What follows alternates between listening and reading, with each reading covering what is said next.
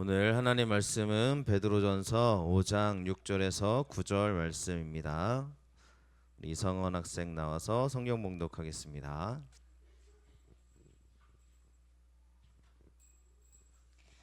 그러므로 하나님의 능하신 손 아래에서 겸손하라. 때가 되면 너희를 높이시리라. 너희 염려를 다 주께 맡기라. 이는 그가 너희를 돌보심이라. 근신하라. 깨어라. 너희 대적 마귀가 오는 사자같이 두루다니며 삼킬 자를 찾나니 너희는 믿음을 굳건하게 하여 그를 대적하라. 이는 세상에 있는 너희 형제들도 동일한 고난을 당한 줄 알아.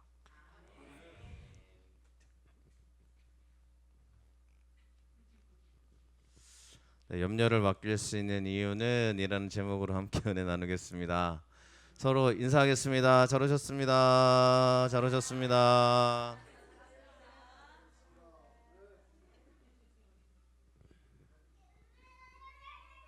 감사합니다.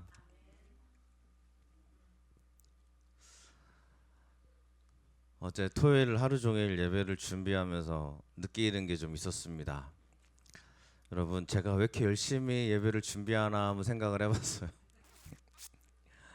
네, 하다 보면 막 쓰레기도 정리해야 되고 의자 정리해야 되고 또 미비한 청소 또 뭐 화장실 뭐 여러 가지 뭐 주워 만들어야 되고 이런 것들을 보면서 제가 이렇게 준비하는 이유가 뭐가 있나 한번 생각해 봤어요.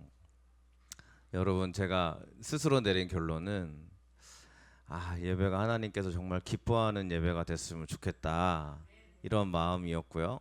두 번째는 이곳에 오시는 우리 주한비교회 성도님들이 진짜 하나님의 귀한 손에 붙잡힘 받기를 바라는 마음이 가장 또 제 마음에 있더라고요. 여러분, 부탁을 드립니다. 하나님의 손에 붙들림 받으시길 축원합니다.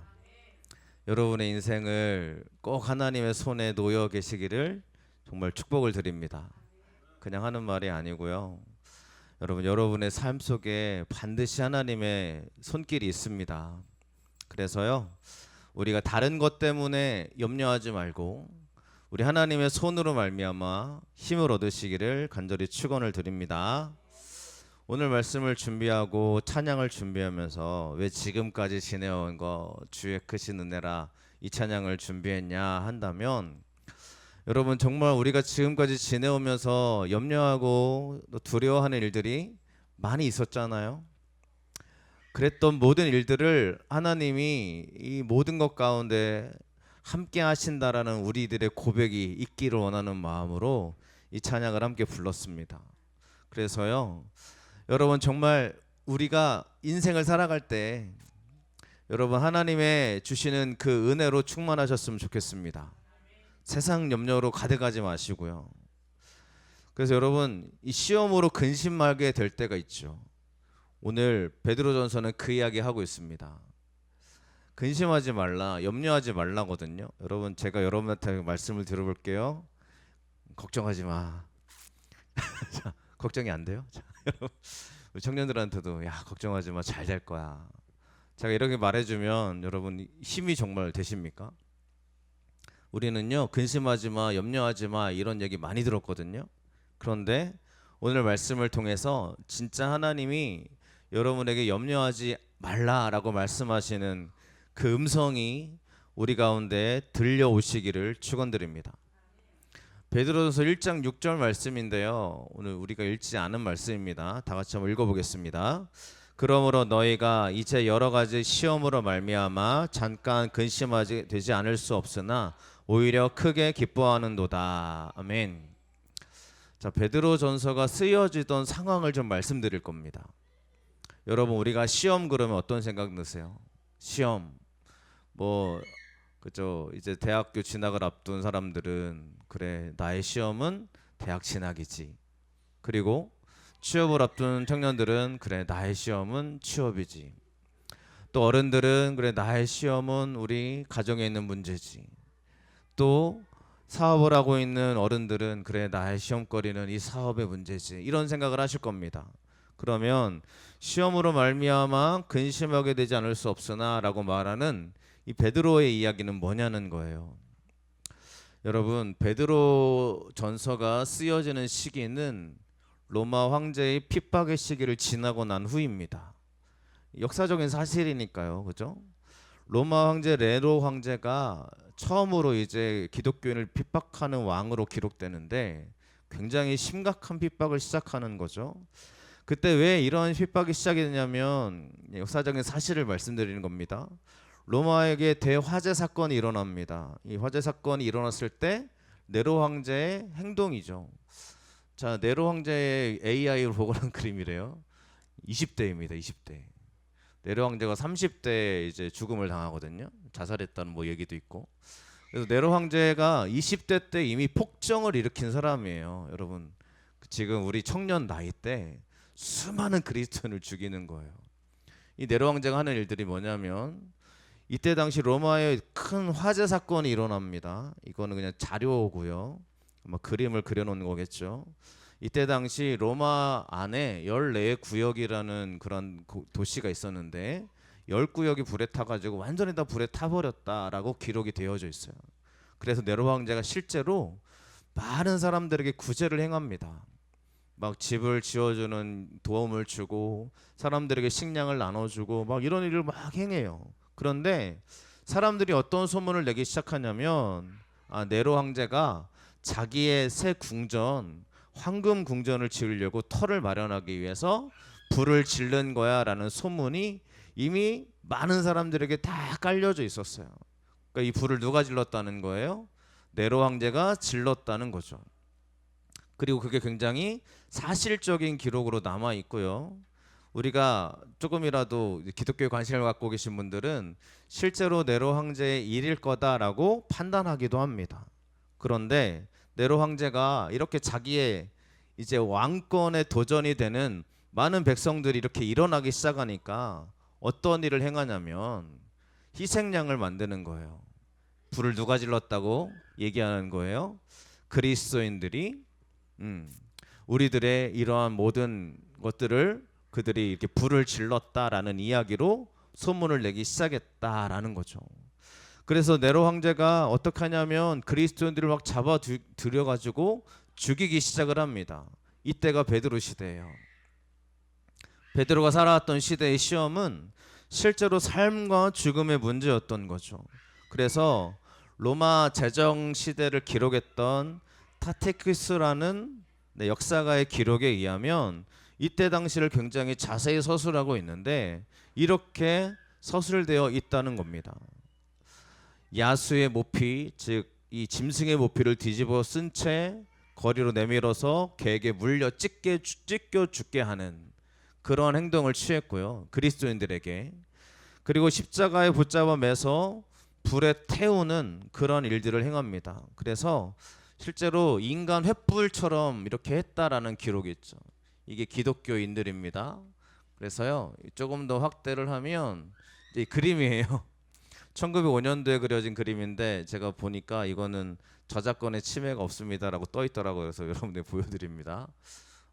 근데 이렇게 실제로 막 불에 잘 탈 수 있게 몸을 칭칭 감아서 저렇게 잘 탈 수 있는 재질로 감아서 이렇게 기독교인들을 핍박하기 시작했던 거죠. 이때 사람들이 모여서 무슨 얘기했냐면 종말의 때가 왔다. 그죠? 적그리스도는 바로 네로 황제다라고 서로 이야기하기 시작을 했고요. 이런 핍박은 네로 황제에서 끝난 게 아니라 바로 도미티안 황제 때 더 심해지고 트라이안 황제까지 박해가 이어지기 시작을 합니다. 그래서 도미티안 황제 때 쓰여진 기록이 바로 요한계시록이죠. 그래서요, 우리가 잘 아시는 것처럼 도미티안은 자기를 신격화하죠. 내가 신이니까 나한테 절해라 라는 게 이 당시에 문화였고 기독교인에게 요구하는 행동이었어요. 그러니까 나를 신으로 섬겨라는 거였습니다. 근데 기독교인은 하나님만 섬기잖아요. 그러니까 이 도미티안 황제를 섬기지 않았던 거죠. 그러니까 끌려가서 십자가 처형당하고 끌려가서 짐승의 먹이가 되고 이런 일들이 바로 이 베드로 시대, 요한 시대에 이루어졌던 실제적인 시험거리였다는 거예요.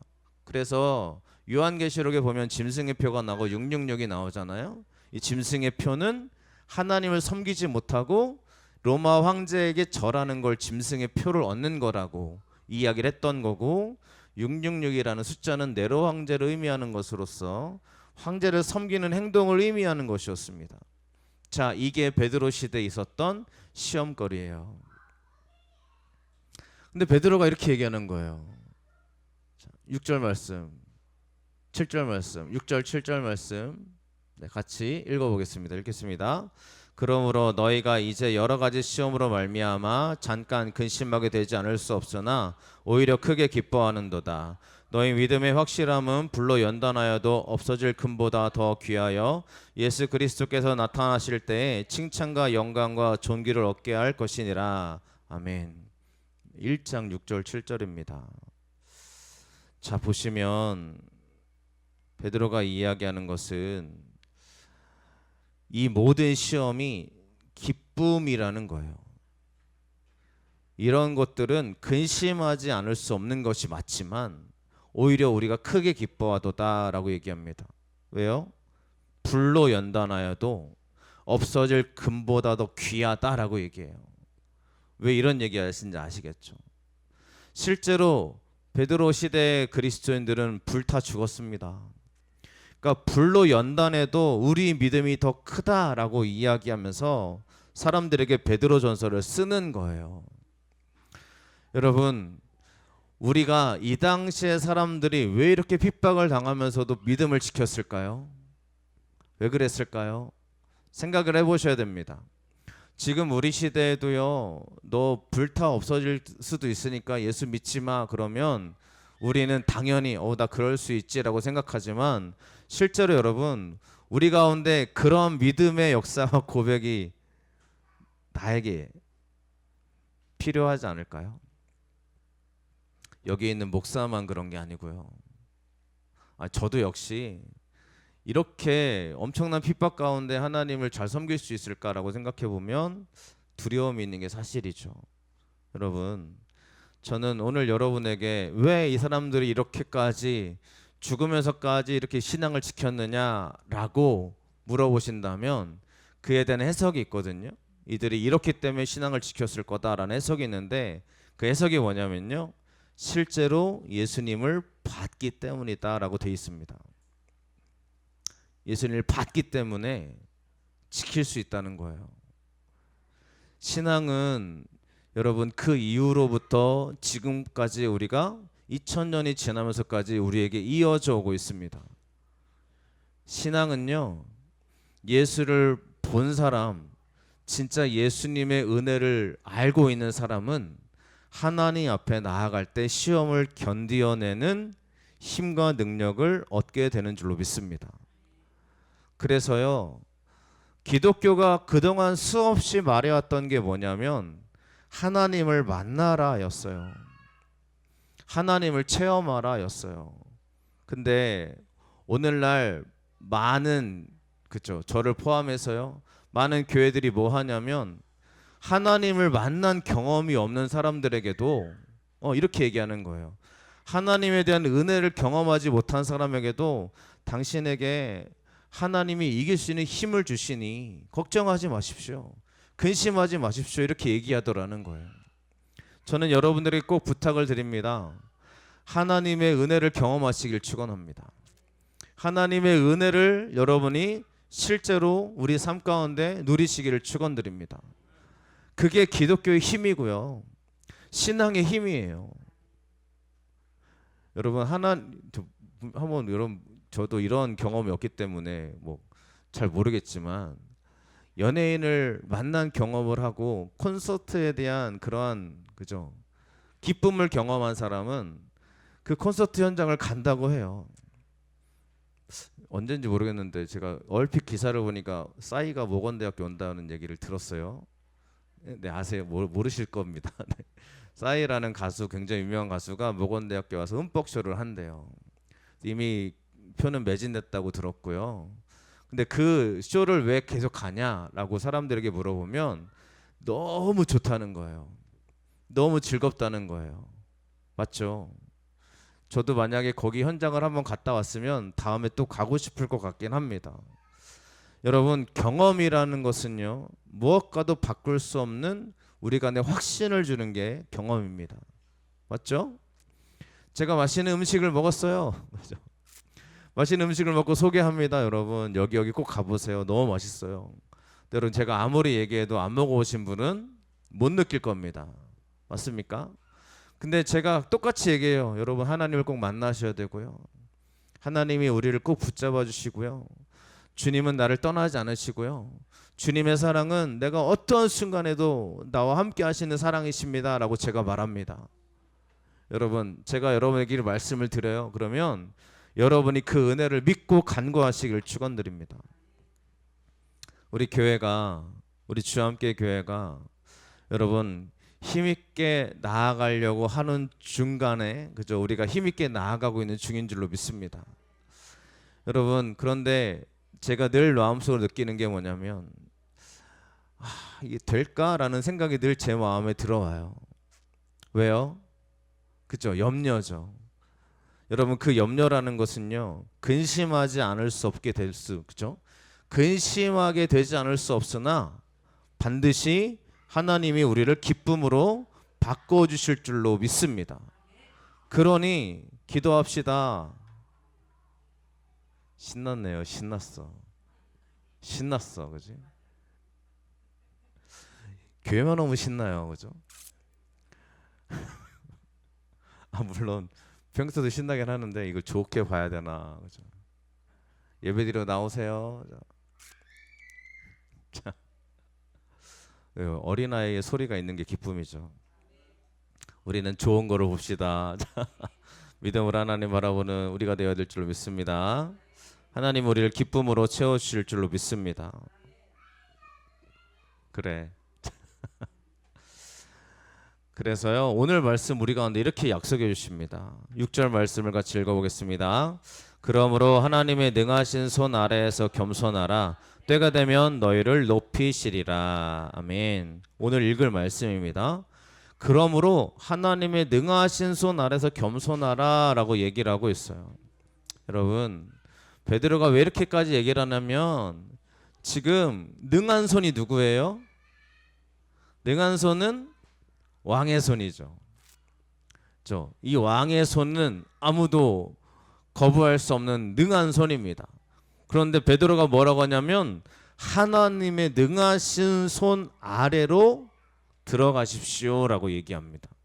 이 겸손하라라는 단어가 제가 좀 잘못했죠. 제가 뭐 연약하죠. 이런 게 아니고요. 하나님의 능하신 손 안으로 들어가는 게 성경이 말하는 겸손함이다라고 얘기하고 있습니다. 여러분 우리가 믿었으면 좋겠는데 지금 나를 두렵게 만드는 그 두려움이 능한 게 아니고요. 하나님의 손이 더 능하고 권능의 손인 줄로 믿습니다.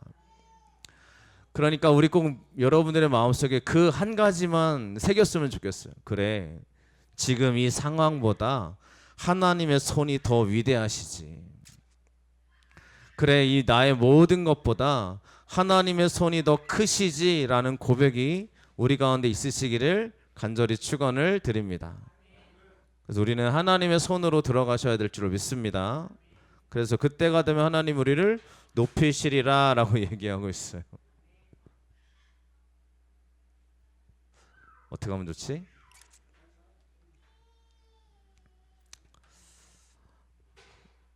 자, 둘이 앞자리로 오세요. 네, 이렇게까지 한 적이 없는데. 네, 맨 앞자리로 오세요.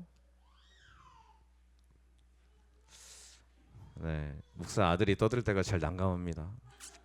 그죠? 뭐라고 해, 그죠? 그럴 수도 있죠, 그죠? 감사해요. 늘 우리 다 이해해 주시잖아요, 그죠? 자, 하나님이 우리를 높여주신다는 거예요. 네, 제가 기도가 부족했나 봐요, 그죠? 주일 예배를 위해서 제가 더 기도하도록 하겠습니다. 자, 그래요. 우리 청년들이 있지만 제가 꼭 여러분들에게 부탁을 드립니다. 하나님이 높여주실 때가 있습니다. 그러니 하나님을 의지하십시오. 제가요 그냥 하는 말이 아니에요. 제발 부탁을 드리고요. 청년들에게 말씀드리고 어른들에게 말씀을 드립니다. 하나님이 높여주실 때가 반드시 옵니다. 근데 우리는요 하나님을 높여주신다는 걸 믿으면서, 그렇죠? 청년들에게도 우리 어른들에게도 부탁을 드리지만 하나님이 높여주실 걸 믿는데 여러분 그러면 하나님을 기뻐하는 모습으로 우리가 나아가셨으면 좋겠어요. 하나님이 기뻐하시는 모습으로 우리가 나아가셨으면 좋겠습니다. 우리 그렇죠. 우리 청년이 저한테 얘기를 해요. 그래서 목사님 이게 잘 안 돼요. 그러길래 제가 얘기를 했어요. 자, 잘 안 되면 예배드리러 와. 수예배 오자. 금요기도에 와라. 하나님이 아마 멀지 않은 시간에 너에게 열어주실 거야 라고 제가 얘기를 했거든요. 여러분 우리 청년들이 하나님 앞에 나와서 예배드리기 시작할 때 주님이 움직이실 줄로 믿습니다. 그러니까 집에서 누워 계시지 마시고 교회로 와서 예배합시다. 아멘이십니까? 네, 우리가 좀 이따 광고 한번 드릴 거지만 우리 8월 15일에 우리 청년부와 교회학교 아이들 연합해서 이 빛가운 교회 청년부랑 같이 하루 수련을 진행할 예정입니다. 네, 하루예요. 15일이라 쉬는 날이기 때문에 여러분이 제가 이렇게까지 말씀을 드리는 이유는 딱 한 가지입니다. 하나님을 만나는 시간이 우리 가운데 물론 각자가 다 주어져 있겠지만 수련회 만큼 하나님을 또 만날 수 있는 시간이 없는 것 같아요. 저는 저를 위해서 여러분 오라고 하는 적이 없어요. 여러분을 위해서 꼭 그 자리에 계셨으면 좋겠다고 말씀을 드리는 겁니다. 청년 아이들이 내려와서 빛가운 교회 청년부가 우리를 섬겨주기 위해서 오지만 그 청년부 임원들이랑 얘기를 해보니 자기들이 가장 이번 수련회 가운데 목표가 뭐냐면 하나님 만나는 거래요. 자기들도 갈급해요. 근데 왜 우리를 도와주러 오느냐? 여러분 우리 교회가 지금 유명한 교회 아니 우리 교회가 연예인 교회는 아니지만 요번에 교육자회를 갔더니 목사님들이 그러더라고요. 연예인 오셨다고 뭐 TV 나오셨다고 이러면서 사인해 달라고 막 물론 놀리면서 하는 얘기시겠지만 여러분 우리 교회가 유명해져 하나님이 저희 교회에게 정말 큰 축복을 부어주고 계시지 않겠습니까? 그 축복 가운데 하나가 바로 이런 수련회도 분명히 놓여져 있는 줄로 믿습니다. 우리 아이들도 같이 가자고 계속 제가 얘기를 할 거고요. 네, 서울에 있는 그 친구 가정도 제가 말을 해놨어요. 내려올 수 있느냐 그랬더니 자기 한번 해보겠다고. 그 아이들도 같이 왔으면 좋겠고요. 대구에 있는 보고 있나요? 대구에 있는 우리 집사님 가정 아이들도 같이 왔으면 좋겠고요. 그리고 네 우리가 뭐 데려갈 수 있는 사람도 있으면 뭐 같이 데려가면 되죠. 청년들에게 부탁을 드립니다. 또 어른들에게도 기도해 주십시오. 아마 그 자리 저녁 집회에게 청년들이 같이 기도할 텐데 또 시간 되시는 분들은 저녁 집회 같이 참석하셔가지고 기도해 주시면 또 좋을 것 같습니다. 그래서 여러분 하나님의 손 안에 들어가는 거는요 내 결단이에요. 여러분 그 자리에 계십시오. 그리고 하나님의 손 안에 있으십시오. 여러분 강한 로마의 황제의 손 안에 놓여 있는 게 축복일 것 같지만 하나님의 손 안에 있는 게 축복인 줄로 믿습니다. 그래서 우리는 염려를 하나님께 맡겨주셔야 될 줄로 믿습니다. 시험을 이길 수 있는 길 중에 하나가 뭐냐면 염려를 맡기는 거예요.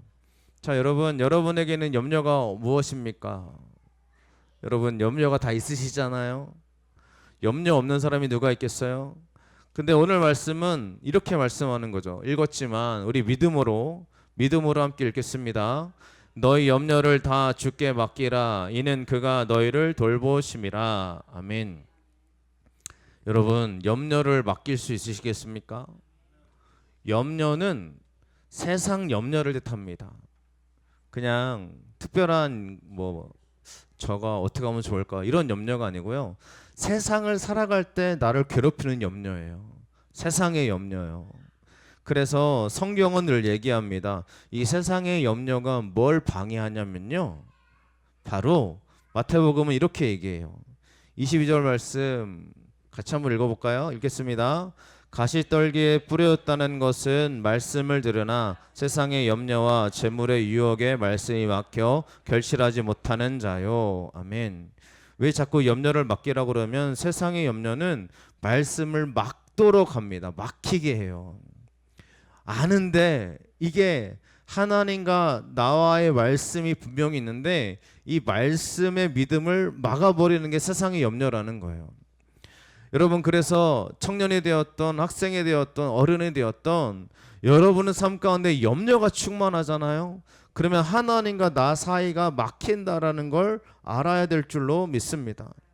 그래서 주님께 맡겨버리라는 거예요. 여러분, 맡기는 게 뭘까요? 제가요, 저 하나님께 맡깁니다 라고 저도 종종 얘기하거든요. 근데 이 맡기다라는 게 뭐냐면 두 개의 단어가 합쳐져 가지고요, 누구에게 던져버리다예요. 주께 맡겨버리라 그러면 어떻게 하라는 거예요? 주님께 던져버리는 거예요, 염려를요. 자, 그거를 굉장히 잘 표현해 놓는 구절이 나오는데요. 자, 보시면 예수님이 어린 나귀를 타고 갈 때 사람들이 자기 겉옷 벗어가지고 걸쳐놓잖아요. 이게 던져버리다예요. 내가 지금 걸치고 있는 옷을 벗어서 던져버리는 게 맡긴다라는 얘기예요. 주님께 맡긴다. 여러분, 지금 나를 지금 올가매고 있는 그게 뭐가 있어요? 나를, 그죠? 내가 걸치고 있는 나의 염려의 겉옷을요, 벗어 던져버리는 게 하나님께 맡긴다는 의미인 줄로 믿습니다. 그럼 여러분, 내가 주님께 맡겼어요 하고 다시 겉옷 입고 가야 돼요? 겉옷 벗어 던지고 가야 돼요? 벗어 던지고 가야죠. 근데 우리는 예배드리고 하나님께 맡겼습니다라고 나가잖아요. 그럼 여전히 옷 입고 있어요. 여전히 그 옷이 나에게 떨어지질 않아요, 여러분. 가끔 그 마블 영화를 보면, 스파이더맨이나 이런 영화를 보면요, 여러분 참 신기한 장면 가운데 장면들이 나오는데, 그게 뭐죠? 갑자기 생각이 안 나가지고, 스파이더맨이 아니라 저 검은색 나오는, 갑자기 생각이 안 나네. 어쨌든 네, 그거를 막 떼어내려고 해도 안 떼어지는 막 장면들이 나와요, 그죠? 베놈이네요. 베놈이라는 영화에 보면 그게 자기를 다스리잖아요. 갑자기 나한테 다스려져가지고 얘를 막 뜯어내려고 하는데 안 뜯어지는 거예요, 여러분. 우리가 염려의 겉옷이 그런 것 같아요. 내가 이거를 벗어 던진 것 같은데 어느 순간 보니까 나에게 붙어 있어. 안 떨어져. 옆에 있는 사람에게 날 좀 떼어줘. 그래서 막 이게 떼어지는 게 아닌 거예요. 근데 여러분, 내가 맡긴다는 의미는요, 진짜 하나님께 딱 맡겨버리고 진짜 염려하지 않고 하나님이 하시겠지 하고 가는 겁니다. 여러분, 이 염려가 우리 가운데 충만하면 첫째로 은혜를 막아버리고 하나님과 나 사이를 막아버리는 걸 여러분 아시기를 축원드립니다. 그런 염려하지 맙시다. 저에게도 하는 말이에요. 염려하지 맙시다, 여러분. 하나님이 우리 가운데 반드시 위대한 축복을 부어 주실 줄로 믿습니다. 그래서 우리 가운데 뭐라고 하냐면 깨어 있으래요. 근신하라, 깨어라. 우리 마귀가, 그죠? 너희 마귀가 우는 사자같이 두루 다닌다고 얘기를 합니다. 여러분, 사자가 울 때는 두 가지라고 하죠. 사냥할 때, 배고플 때나 위협을 느낄 때요. 사자가요, 마귀가요, 막 얘를 무너뜨려야 돼요. 우리 믿는 사람들을 막 삼켜야 돼요. 그럴 때 어떤 상태냐면 배고픈 상태예요. 만족하지 않는 거예요. 얘를 무너뜨리면 또 저쪽 가서 무너뜨리고, 사다가 이런 일을 한다는 거예요, 마귀가요. 근데 사자가 울부짖을 때가 또 언제냐면 자기가 위협을 느낄 때요. 그래서 신앙 좋은 사람을 사단이 공격합니다. 그렇죠? 신앙이 좋은 사람은 늘 유혹거리를 만들어서 무너지게 만들어요. 그런데 이러한 삼킬 자를 찾고 있다라고 성경이 얘기하고 있습니다. 그러면 사단이 나를 삼키면 어떻게 되냐면요, 삼킨다는 것은 먹다라는 것도 있지만 동화시키는 거예요. 동화시키다가 무슨 뜻인지 아시죠? 사탄처럼 우리를 그렇게 같은 존재로 만들기 위해서 우리를 그렇게 울부짖으며 찾아다니고 있더라는 거예요. 내가 신앙이 좋고요, 우리가 믿음의 가정이고요, 내가 하나님을 의지하려고 하잖아요. 그러면 사단이 위협을 느껴서 나를 더 무너뜨리려 하고 있더라는 거예요. 그래서 여러분, 우리 가운데 세상 염려가 나를 찾아오셨습니까? 그러면 나를 무너뜨리기 위한 사단의 계략이라는 걸 꼭 아셨으면 좋겠습니다.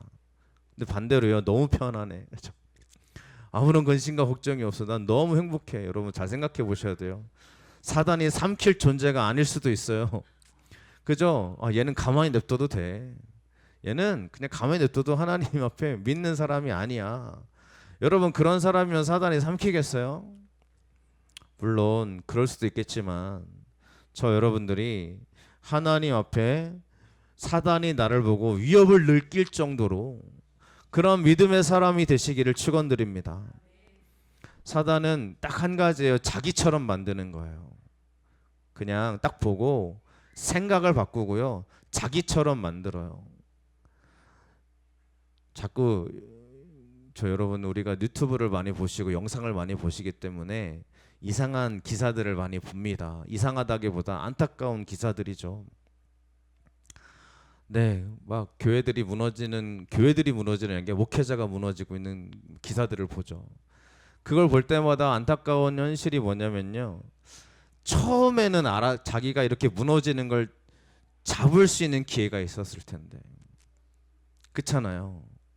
무너지는 걸 끝까지 이렇게 붙잡고 있으면 어떡해요.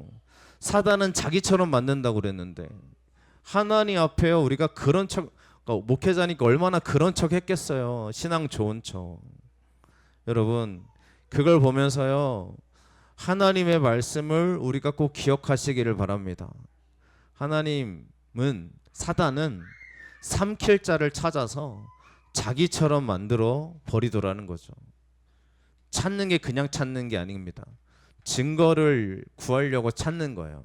얘는 이렇기 때문에 무너질 존재야. 얘는 이게 있기 때문에 이 증거가 있기 때문에 그러니까 하나님 앞에 이러한 악한 증거가 있으니까 얘는 당연히 내가 무너뜨릴 수 있는 존재야 라고 사단이 찾아다니고 있더라는 걸 오늘 베드로는 이야기합니다. 그러면 아까 제가 처음에 설명을 드렸죠. 이 당시 사회는 예수 믿으면 저렇게 막 죽어야 돼요. 그런데 사단이 막 두루 찾아요. 무너뜨려요. 어떻게 무너뜨리겠어요? 하나님을 섬기는 믿음을 버리고 이제 나 편하게 살아야지. 로마 황제를 믿어야지 하는 걸 바꿔버리는 게 사단의 전략이었던 거죠. 그럼 여러분 오늘날은 어떤 전략을 사단이 얘기할까요? 사단의 전략 여러분 성경도요 사람들이 좋은 얘기지 예수님도 좋은 사람이지 하지만 그게 다가 아니지 라고 접근하는 것 같습니다. 왜냐하면 다른 종교도 진리인데 다른 것도 있는데 목사님들이 모여가지고 동성애를 지지한다고 막 선언하고 이런 사람들이 많습니다. 전 이게 왜 나오는지 모르겠어요. 그죠? 성경대로 안 믿는 거죠. 여러분 사단이 우리를 요즘 공격하는 게 뭐냐면요. 성경 좋은 얘기지만 다 사실 아니야. 그죠? 성경은 하나님 말씀이 맞아. 그런데 거기에 오류도 있어. 사람이 쓴 거야. 그러니까 성경은 그냥 좋은 얘기야. 기독교인이 들고 다니는 정말 웃긴 얘기 중에 하나야 라는 게 사단의 전략인 것 같습니다. 청년들도 꼭 부탁을 드려요. 저는요 과학자들의 얘기를 굉장히 신뢰하는 사람 중에 한 사람이기도 합니다. 과학자들 신뢰해요. 그들의 연구를 다 존중해 줍니다. 여러분 그 과학자들의 얘기를 잘 들어보세요. 내가 거기에 넘어가잖아요. 그죠? 잘 들어서 인정을 해줍니다. 그때 잘 생각해 보세요. 내가 본 적 있어요? 최근에 우주에서 엄청난 저 멀리에 있는 거에 지구 같은 존재가 발견됐다. 들었어요? 그죠? 자료를 봤어요? 그럼 우리는 거기를 믿어요. 그렇죠? 과학자라고 말하니까 신뢰한단 말이에요. 우리가 본 적 있어요?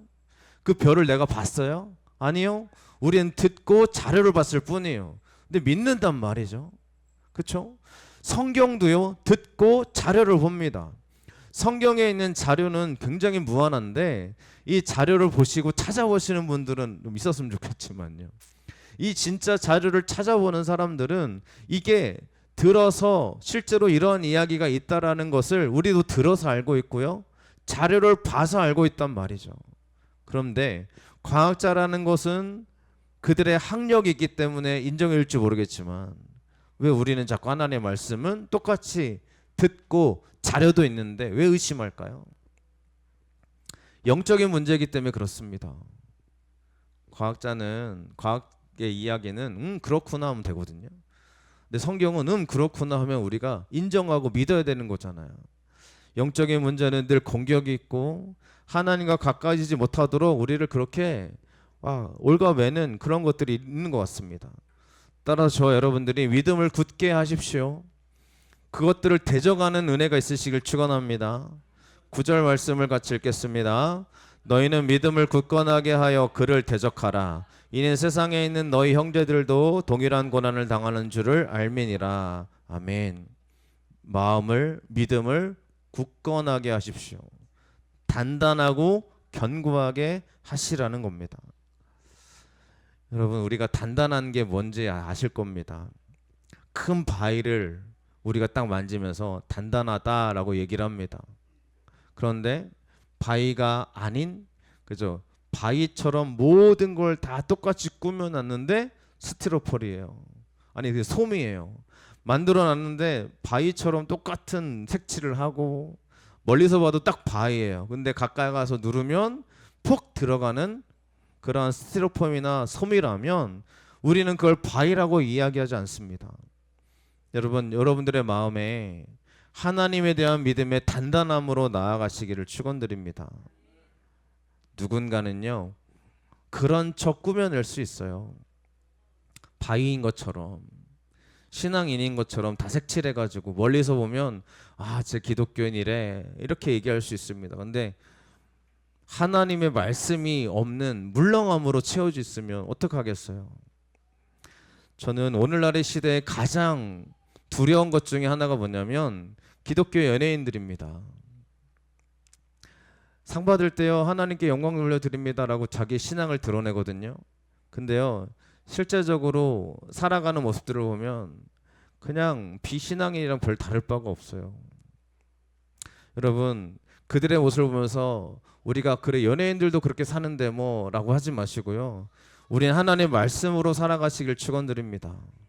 부탁을 드립니다. 꼭 여러분 기준을 하나님의 말씀에 두십시오. 그리고 성령의 역사로 여러분이 충만하게 다스림 받기를 축원합니다. 제가 이번 주에 아버지 모시고 병원에 갔다 오는데 병원에 가서 이제 달 진료를 끝내고요. 그 지역에 계신 원로 목사님들을 만났어요. 아버지 친구분들이시니까. 만났는데 이제 막 감독님들이세요. 감독을 지내셨던 분들이세요. 그분들이 하시는 말씀이 그거예요. 이준우 목사, 세 가지를 조심해 그러더라고요. 저한테 하시는 말씀이 뭐냐면 첫 번째는 돈을 조심해라고 얘기하더라고요. 저는 돈을 조심할 게 없어가지고 뭐가 있어야 조심하자, 그죠? 목회자가 항상 조심해야 될 게 돈을 조심해야 돼 그러더라고요. 두 번째로 권력의 욕심을 조심해야 돼. 그러니까 네가 네 이름이 드러나는 자리를 늘 조심해라고 말씀하시고, 마지막 원로 목사님들이 하시는 말씀이 세 번째로 꼭 성적인 문제를 조심해라고 하더라고요. 본인들도 세 가지를 늘 조심하신다는 거예요. 여러분, 우리는요 끝까지 싸우는 것 같아요. 어른 되면 괜찮아지겠지 합니다. 하지만 어른 돼도요 똑같은 유혹과 우리를 무너뜨리는 것들은 반드시 존재하더라. 그래서 감독님이기 때문에 신앙이 좋은 게 아닙니다. 끝까지 지키는 사람들이 신앙의 사람들인 줄로 믿습니다. 마음을 굳건하게 하십시오. 그리고 그를 대적하십시오. 여러분을 염려하는 그 모든 염려를 대적하시기를 축원드립니다. 여러분, 지금의 여러분의 염려를 한번 생각해 보세요. 내 머릿속에 지금 내가 갖고 있는 염려가 문득 떠오르십니까? 그거를 대적하십시오.